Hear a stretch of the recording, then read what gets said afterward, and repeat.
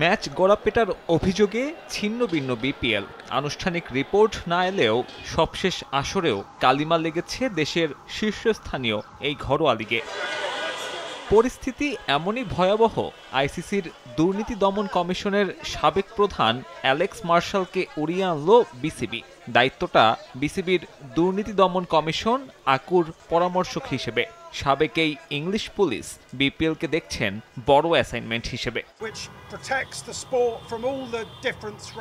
বিশ্বজুড়ে ফ্র্যাঞ্চাইজি লিগগুলো বিপজ্জনক হয়ে উঠছে। আমরা চাই বিপিএল যেন এরকম বিপজ্জনক লিগে পরিণত না হোক।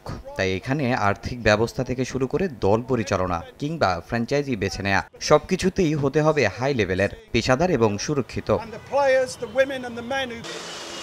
এ নিয়ে মঙ্গলবার নিজের কাজ শুরু করেছেন অ্যালেক্স। ক্রিকেটারদের সঙ্গে বসেছেন, নিজের কর্মপরিকল্পনা উপস্থাপন করেছেন। দীর্ঘমেয়াদে একটা কাঠামো তৈরি করে দিতে চান এই ইংলিশম্যান। এটা বেশ ফলপ্রসূ বৈঠক ছিল এবং সেখানের সবাই এটা নিশ্চিত করতে চাচ্ছে যে দর্শকদের আসলে ক্রিকেট কিভাবে উপহার দেয়া যায়। আগামী ৩-৪ সপ্তাহে একটা রূপরেখা চূড়ান্ত করে বোর্ডের কাছে উপস্থাপন করব। এরপরে তার বাস্তবায়ন হবে। এটা দীর্ঘমেয়াদের হতে হবে। আমরা খেলোয়াড়দের শিক্ষিত করব, সুরক্ষিত রাখব এবং কেউ এই নিয়ম ভাঙলে তাদের জবাবদিহিতার আওতায় আনার পাশাপাশি শাস্তি নিশ্চিত করতে হবে। একই দিনে আরও একটা সেমিনারে অংশ নেয় জাতীয় দলের ক্রিকেটাররা। শেয়ার অ্যান্ড কেয়ার শিরোনামে কেন্দ্রীয় চুক্তিতে থাকা খেলোয়াড়দের কাছ থেকে পরামর্শ নেন বিসিবি প্রধান।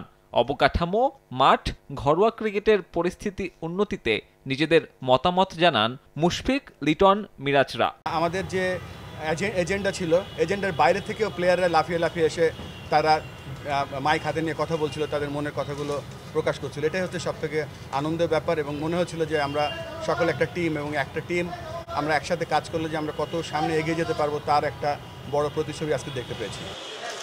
ক্রিকেটারদের কাছ থেকে পাওয়া পরামর্শ দ্রুতই বাস্তবায়ন করতে চায় বিসিবি। এছাড়াও গণমাধ্যমের কাছে প্রত্যাশা গঠনমূলক সমালোচনার। সবাইকে একসাথে নিয়ে আইসিসি ইভেন্টে দারুণ কিছু উপহার দিতে চান দেশের ক্রিকেট ভক্তদের। সাব্বির মিথুন, সময় সংবাদ, ঢাকা।